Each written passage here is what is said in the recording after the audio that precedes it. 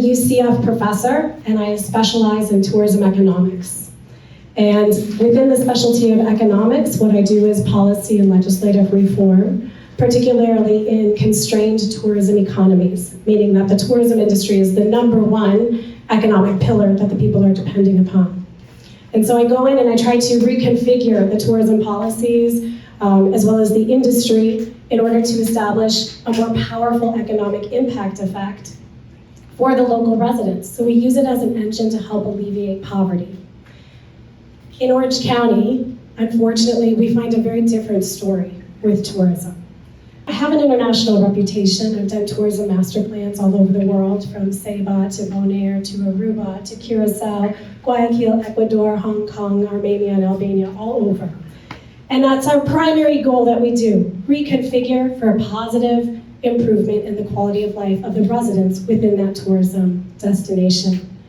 In my community involvement, I'm the vice chair of Save Orange County. And with Save Orange County, I have been advocating for sustainable smart growth for years. I sued the county for urban sprawl in 2016 and won in court. A decade later, basically, we're still fighting the same fight of irresponsible growth and development. It ends up impacting all of our quality of life. We will never get a mass transit system that can work if we don't have the density where we need the density to support it. We will not continue to have a healthy environment. Our schools continue to get crowded. Our crime continues to increase. It impacts all of our quality of life. And I've been fighting that effort for a very long time. And I'm frustrated. So I am running because I feel as though as an activist and as an advocate in our community, that I have gone as far as I can for the community. I need a seat at the table. So while I was knocking on your doors, I heard some of the things, complaints about in your community. I hear community is, depends upon multimodal transportations where you would like to have it. The ability to walk, the ability to ride a bike, take a scooter, however you would like to get around, that you would be safe on your roadways. Well, a recent report came out by Smart Growth Cities, and Orlando was again ranked amongst the most dangerous cities in the entire country for pedestrian and bicycle safety. I think that's a sorry shame. And I think that we can do a lot better for our community.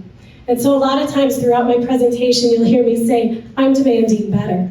Because I think that we deserve to be able to walk safely on our streets without fearing, literally, for our life. So Orange County right now has a Vision Zero that they're striving to achieve, where we would have 0 pedestrian and bicycle fatalities. We are a very long way away from completing that, especially when you see roads like Edgewater, where you have no bicycle ability. So we need complete streets.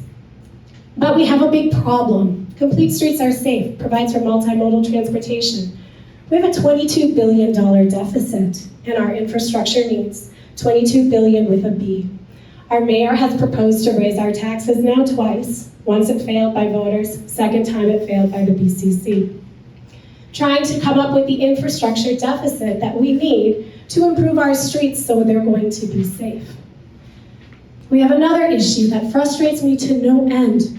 It's the lack of true affordable housing, not attainable housing. In Orange County, our metric starts at the federal guideline of attainable housing, which is important, but when we have an area median income right here that it hasn't been adjusted by the county yet, of $80,100, that today would be worth $90,400. When you have to earn that to qualify to live in affordable housing, what? It's ridiculous. We got our lowest wages in the country. We have a tourism industry that's our #1 employer. We've got an area median income of $90,400. But if you look at the people who are supporting and pulling our economy along, which is our service employees, their median income is $39,000. That's a far way away from $90,000 to be able to get into affordable housing. Their median income is $65,000, and 1/3 of them are listed as asset limited income constraint but full-time employed. They pull our economy for us. Yet they can't afford to live in the economy that they helped build. And I think that's a real shame. So, we have rents going up about 30%, average 2-bedroom apartment, $2,000. Orange County, we got a 75% increase in homelessness, but a 0% increase in shelter space. And we see Orange County Public Schools experiencing higher rates of students enrolling without a full-time address. It's because they don't have a home that they're in right now.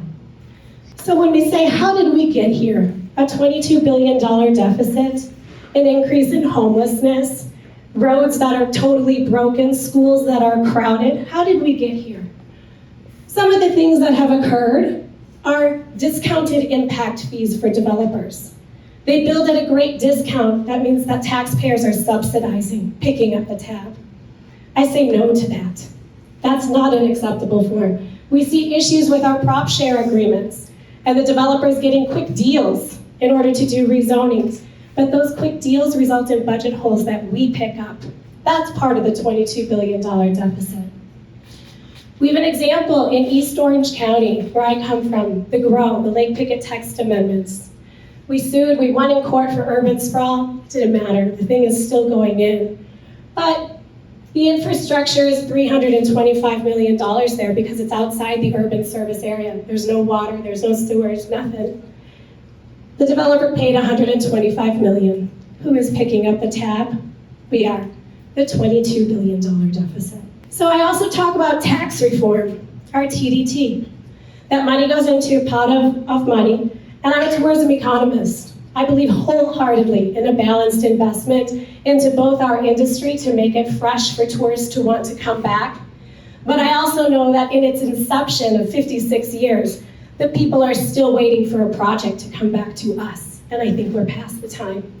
So I'm advocating for diversification of our tourist development tax money to come to the people. We have in our area right now 450,000 people that are employed by the tourism industry. We're the #1 tourism destination in the country. The tourists are mobile throughout the entire county. In fact, I'll tell you that I was here at Day in the Park, had a table, and I kept asking people to sign petitions. Many people were tourists. They're here in your community. I think you have a right to some of that money in the tourist development tax, maybe to get some bike lanes on Edgewater, maybe to help improve the flooding, maybe to help improve the roadways for the traffic, but you have a right, but you're not getting it right now, and none of us are. So 75 million tourists a year sit with us on our roads, use our infrastructure, drink our water. Tourist development tax money comes in, 75% increase in homelessness, 30% increase in rents. Nothing really going much way. The mayor says, hey, I need to raise your taxes, I can't pay the roads. And instead of putting anything into our community, which was $350 million with a $900 million bonding power, we put $500 million into a convention center expansion. Boo. So I'm frustrated by that. And I'm embarrassed to say that we're the #1 tourism destination around the country, and I am a professor in the #1 tourism program in the entire world and in this country, and I can't brag about my home-based destination. In fact, I have to say, you know what, Bonaire, you're this big compared to Orlando, but my goodness, you're doing some things right that we're not. I'm the only tourism expert that will be sitting on that board, and the tourism industry is threatened by it. You will not get from me a lot of mailers in the mailer. I'm grassroots. I'll be knocking on your door. I'm constantly at the BCC. I have the charter amendment, the rural boundary. I put in for it last July. I've been fighting for it. It draws a line at the Econ River, and it prevents continued suburban sprawl, where it costs us all a lot of money. $22 billion today. What will it be in 3 years if we do not put management on our growth? We have good news today. I think we got our swing vote. We are really hoping. We'll be there tomorrow morning at 9 a.m. I will be the only candidate on the ballot that has an Orange County constitutional amendment that is intended to, yes, help improve our environment, but also get the best return on investment for all of your tax money, and to ensure that we are reinvesting into our people, and we put them first before profit. This is my proven record of success. I have a PhD in hospitality and tourism management, specializing in econometric analyses to help alleviate poverty in tourism destinations. I'm the vice chair of Save Orange County, the co-chair of District 5 Neighborhood. I received the District 5 Citizen of the Year Award for my advocacy in affordable housing, which right now involves looking at underutilized hotels to convert them into increased shelter space. I lead the investigative effort for the state of Florida.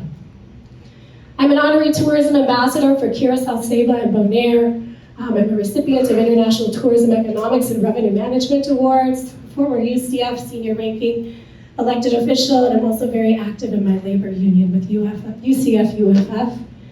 My legislative on an international level, I've banned oxybenzone as part of the team for Bonaire when we created it as the world's first blue destination. In Orange County, we submitted a local bill. It was the Town of Preservation that went through, that was unfortunately preempted by the state. Aruba, we banned plastic bag and straws. Orange County, I've been fighting like crazy with so many of you for Safe Little Forest. My daughter, her name is Forest Hope, because of my advocacy during that fight. The right to clean water, I helped legalize LGBTQ marriage in Curacao. I was part of the Wetland Conservation Update. I was also part of the effort to help ban puppy mills in Orange County, which I'm very proud of. I'm actively engaged with Orange County Vision 2050, and I am pushing that rural boundary so hard for this amendment. I hope to be on that ballot with it. But if I'm not that, let me tell you, that is one thing that is really focusing on improving our quality of life. So that is me in a nutshell, you guys. I hope that I have earned your vote. You can visit me at kellysemrad.com. The flyers that I gave to you have all of my contact information on it.